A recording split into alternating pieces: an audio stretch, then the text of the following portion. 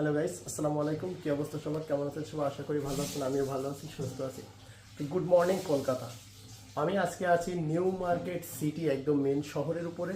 So এই যে একটা রুম দেখতে পাচ্ছেন, এই রুমটা 5 আগস্টের কিছুদিন আগে আমরা আসছিলাম তিনজন, আমি সুমন্ত সজিদা।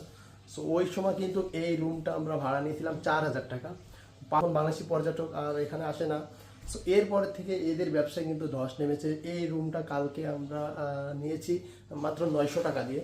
সো এই রুমে এসি সহ টিভি আছে, ডেকোরেশনটা অনেক সুন্দর রয়েছে। তো আসলে কিন্তু যে এখানে আসলে বাংলাদেশে বসে শুনছিলাম যে কলকাতার অবস্থা খারাপ, আসলে কিন্তু অনেক বেশি খারাপ। কালকে কিন্তু নিউ মার্কেট এলাকায় আমরা ঘুরছি, কেনাকাটা করছি, জিনিসপাতির দাম একদমই কম। আর মানে রুম ভাড়া একদমই মানে সর্বনিম্ন মাত্রায় আছে।